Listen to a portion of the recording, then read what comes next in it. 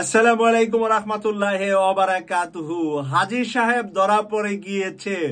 এটা কোন হাজী? মুম্বাইয়া হাজী না রিয়েল হাজী? এবার হাজী সাহেবের পরিচয়টা প্রথম আলো থেকে তুলে ধরছি। সাবেক সংসদ সদস্য হাজী সেলিম গ্রেফতার। হাজী সাহেবকে নিশ্চয়ই আপনারা চিনতে পারছেন, এই ভদ্র হাজীকে। এবার হাজী সাহেবের বিস্তারিত তুলে ধরছে প্রথম আলো। আমি আপনাদের সামনে সংবাদটা আগে তুলে ধরছি, তারপরে তাকে নিয়ে কিছু কথা বলবো। আওয়ামী লীগের সাবেক সংসদ সদস্য হাজী মোহাম্মদ সেলিমকে আটক করেছে পুলিশ।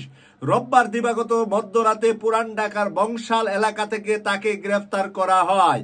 আপনারা খুশি না বেজার, আনন্দিত না দুঃখিত, আপনারা কমেন্টস করে লিখবেন। ঢাকা মহানগর পুলিশের যুগ্ম কমিশন ডিবি রবিউল ইসলাম ভূঁইয়া প্রথম আলোকে এই তথ্য নিশ্চিত করেছে। পুরান ঢাকার লালবাগ চকবাজার এলাকা নিয়ে গঠিত ঢাকা ৭ আসনের সাবেক সংসদ সদস্য হাজী সেলিম দীর্ঘদিন আওয়ামী লীগের রাজনীতিতে জড়িত।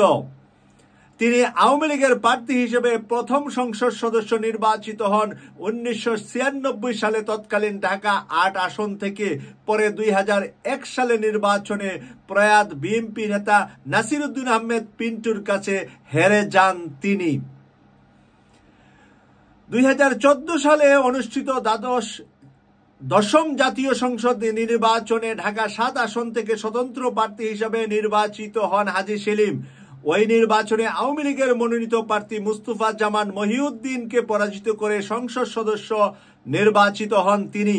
২০১৮ সালে একাদশ জাতীয় সংসদ নির্বাচনে আওয়ামী লীগের একই আসন থেকে সংসদ সদস্য নির্বাচিত হন সেলিম। তবে চলতি বছরের জানুয়ারিতে অনুষ্ঠিত দ্বাদশ জাতীয় সংসদ নির্বাচনে হাজী সেলিম প্রার্থী হন নাই। তার বদলে তার ছেলে সুলাইমান মোহাম্মদ সেলিমকে ঢাকা ৭ আসন থেকে মনোনয়ন দেন আওয়ামী লীগ। তিনি নির্বাচিত হয়েছিলেন।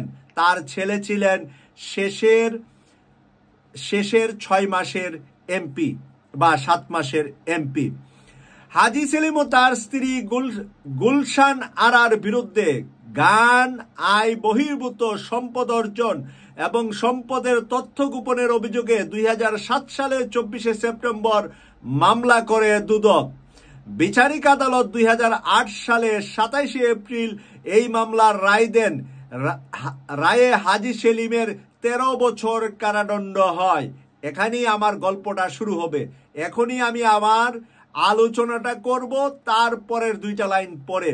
২০২২ সালের ওই মামলায় হাজী সেলিমের ১০ বছর কারাদণ্ড বহাল রেখে রায় দেন হাইকোর্ট। পরে আদালতে আত্মসমর্পণ করেন তিনি। এরপর কিছুদিন কারাভোগের পর ২০২২ সালে কিছুদিন কারাভোগের পর ২৩ সালের জানুয়ারিতে উচ্চ আদালত তাকে জামিন দেয়। ২৩ সালের জানুয়ারিতে উচ্চ আদালতের কারাও তাকে জামিন দিয়েছে। কত কোটি টাকা খেয়েছে? এবার হাজী সেলিমকে থেরাপি দিলে বের হয়ে যাবে। আদালতের বিচারকরা যে টাকা খায় তার প্রমাণ পাওয়ার জন্য এটাই এনাফ। এবং যেই বিচারকরা খেয়েছে, অ্যাটর্নি জেনারেল খেয়েছে, কারা কারা টাকা খেয়ে ১৩ বছরের আসামিকে পরে ১০ বছর করা হলো। ১০ বছরের আসামি কয়েক মাস জেল খেটে দিব্যি ঢাকা শহরে অন্যায় অপরাধের সাথে জড়িয়ে পড়েছে। আমরা বারবার দেখেছি হাজী সেলিমের লগি বইটা থেকে শুরু করে বিভিন্ন কর্মকাণ্ডে এই হাজী সেলিম জড়িত।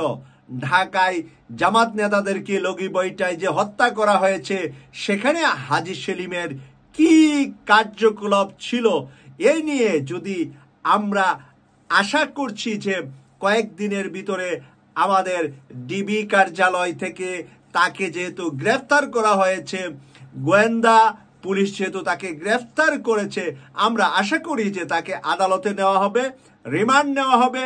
রিমান্ডে নতুন নতুন তথ্য আসবে সেই শেখ হাসিনাকে বাঁচিয়ে রাখার জন্য, টিকিয়ে রাখার জন্য এই হাজী সেলিম কি কি অপরাধ ঢাকা শহরে করেছিলেন। ঢাকার সন্ত্রাসদের মধ্যে অন্যতম একজন হলেন হাজী সেলিম। এই কারণে আমি প্রথমে সুরে সুরে বলতেছিলাম ধরা পড়ে গেছে হাজী সাহেব। এই ধরনের হাজী সাহেবরা নামের মধ্যে হাজী লাগিয়ে যে কাজগুলা করে, তার সাথে তার হজের বা একজন হাজির যে চরিত্রের, তার যে কোনো বৈশিষ্ট্য, কোনো তোয়াক্কা নাই, সেটাই দেশবাসী জানেন। এবং আজকে আমরা আনন্দিত। আপনারা যারা আনন্দিত তারা নিশ্চয়ই কমেন্ট করে লিখবেন যে হাজী সেলিমের কোন ধরনের শাস্তি আপনারা কামনা করছেন। আজকের মতো এখানেই হাজী সেলিমকে নিয়ে আমার পর্যালোচনা শেষ করছি। পরবর্তীতে সে কি কথা বলছে, কি কথা জনগণ পাচ্ছে, তার উপরে পরবর্তী ভিডিও দেখবেন। ইউকে কসবা টিভি সাবস্ক্রাইব করে আমাদের পাশে থাকবেন, এই প্রত্যাশা রাখছি। আমি সৈয়দ মাসুক, লন্ডন থেকে। আল্লাহ হাফেজ।